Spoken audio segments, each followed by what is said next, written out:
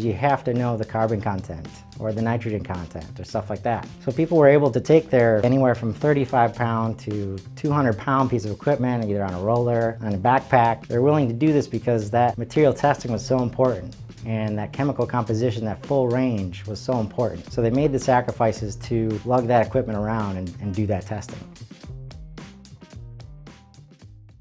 Welcome to the Manufacturing Show. I'm your host, Chris Carolyn, consultant at Metal Analysis Group. In this podcast series, Masters of PMI, my goal is to help you be successful with positive material identification and truly master your metal testing wherever you may be in the metal supply chain, all the way from scrap metal recycling and metal production at foundries and mills to metal parts fabrication and inspection.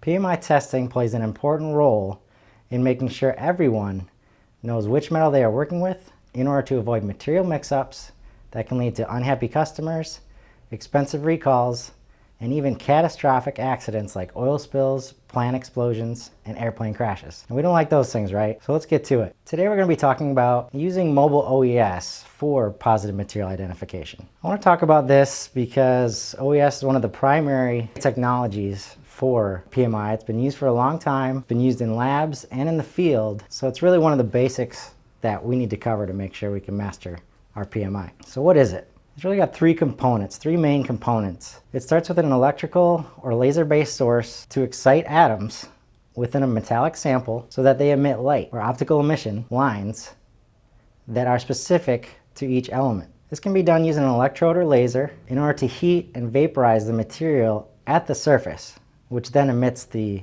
elemental characteristic emission lines. The second component is an optical system. The multiple optical emission lines from the vaporized sample are known as plasma.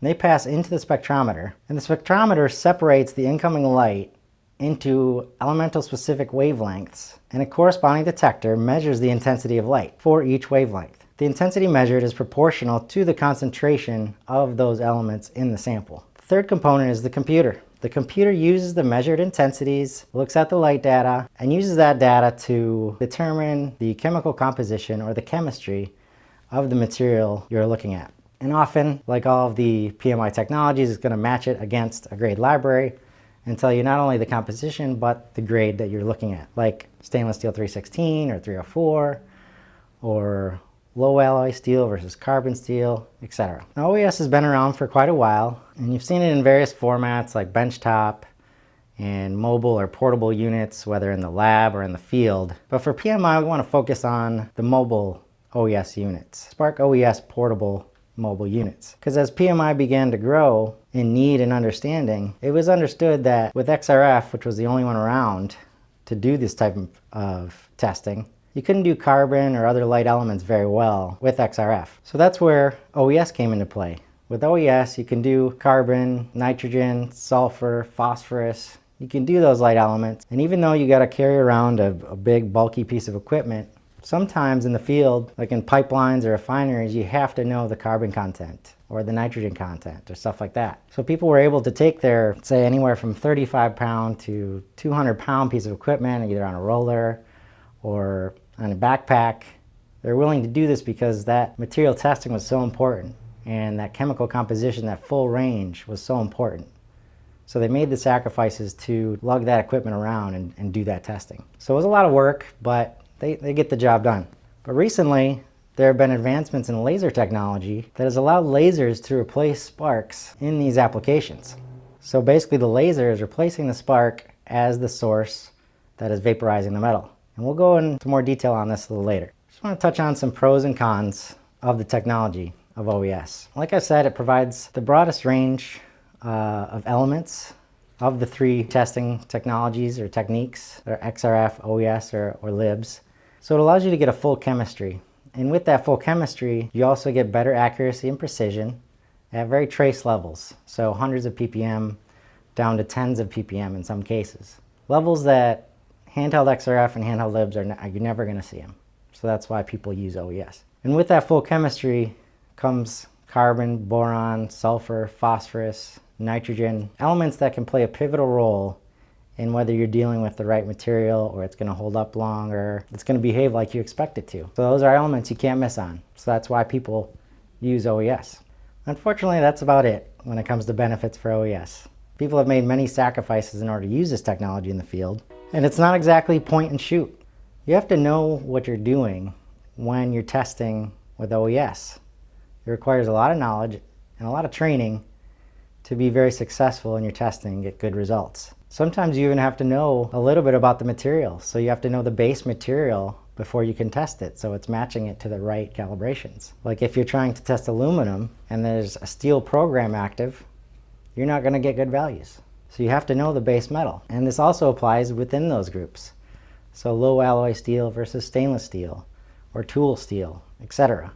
It can play a role in whether or not you're going to get good results. So you got to know that going in. There's also very high maintenance with these analyzers. They require a lot of cleaning, requires stuff like argon to make sure you're getting clean burns. So you're going through argon, you're cleaning your electrodes, you got to sharpen electrodes. There's lots of other parts you need to clean. So obviously you're burning a sample, so soot and dirt from those, basically that combustion activity, get on your analyzer and build up on the components if you're not good at maintaining the analyzer. And that's a big part of the cost. So to purchase, it's generally around $35,000 to $60,000 to purchase a new analyzer. That range is there because it matters how much the analyzer can do. So it's a little bit different from handheld in that you can get one with just a steel program or just an aluminum program or both. So that very greatly matters when it comes to price, the capabilities. If you need a lot of light elements, then you have to have a UV probe, for example. Sometimes you can get away without it. But if you need that probe, it's more money. And with that consistently high maintenance, it's a lot of upkeep. You're generally looking around $7,000 to $20,000 for repairs because it's not easy to transport. And when stuff goes wrong, it requires a visit from a manufacturer's service rep, usually. And this also leads to not much of a secondary market. So not only are you looking at parts, you're looking at personnel, you're looking at labor costs. So when these instruments stop working and they see a $20,000 cost for repair, people are more likely just to stop using them and look for another solution or look for a new unit that might not cost that much more. Some common mistakes people make when using OES, the most prevalent one is sample preparation. The idea here is you need a clean burn of the metal. So in order to do that, you have to have metal on metal contact so that electrode needs to be in contact. So you need a flat surface. It's got to be clear of corrosion or any other coatings. If you have any of that, it's going to give you a bad burn and you're not going to get all the light that you need to see and properly identify the alloy, because the light is the only source. And if you don't have strong enough light signals, you're not going to be able to tell which elements are in there. So with that, poor maintenance of the electrode can also cause bad burns. So if you're not cleaning it, you're not sharpening it, if you're misusing it, it can go bad. Not only the electrode, but not really cleaning all of the components. So there's mirrors and other parts within the system that need to be maintained regularly. The purity of the argon gas is very important. In most systems, if you're not using the ultra pure lab grade gas, usually 3 or 4 nines, maybe 2 nines sometimes, you're not going to get that flushed environment that you need to get you efficient burns that are giving you the most amount of light. And the last mistake I'll talk about is not allowing the analyzer to adjust to either its current environment or the new program it's using.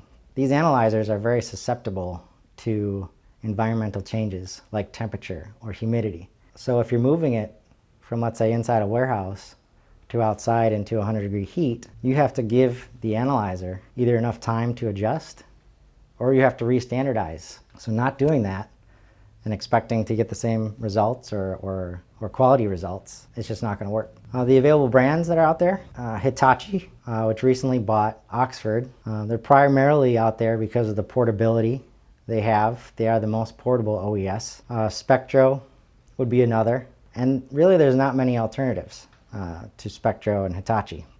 You may see some European instruments that are now entering the marketplace, but generally about 90% of what you're going to see out there is either Hitachi or Spectro. One new brand that is coming out, I mentioned a little earlier, a laser-based OES, is Quantilux. A couple guys that started this company a few years ago, they came from the Spark OES manufacturers, that world of manufacturing. they really designed a piece of equipment that tried to counteract all of the cons we just talked about. So given the recent advancements in lasers, they're able to create a system that's very similar in size and even smaller in most cases to Spark OES, but without almost all the maintenance issues. So there's no electrode to clean or sharpen. It doesn't always have to use argon gas, and it doesn't use as much of it. The spot size is a lot smaller.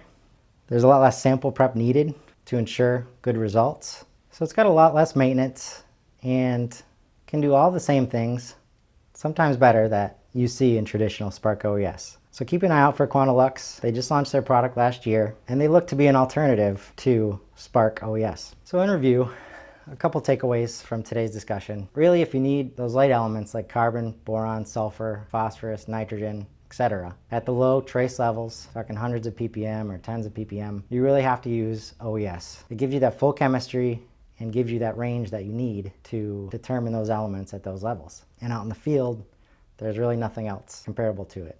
XRF and libs are not going to get you there. Second, be mindful of how much training is needed to use these analyzers. It's not point and shoot like the handheld equipment, so it really requires the technician to know what they're doing in order to get a good sample test. Otherwise, you're going to be taking multiple sample tests and the sample throughput goes way down. And lastly, as I mentioned, Spectra OES is not the only option out there anymore for OES. There is a laser OES system coming, and you should be on the lookout for it. Thanks for listening to this episode of the Manufacturing Show. Again, I'm Chris Carolyn with Metal Analysis Group. Please contact me on LinkedIn to chat PMI or anything metals. I'm happy to answer any questions or provide recommendations. If you like this episode or have a question, join the discussion on Instagram at The Manufacturing Show. Thank you for tuning in and subscribing to The Manufacturing Show. Until next time, never stop testing your metal.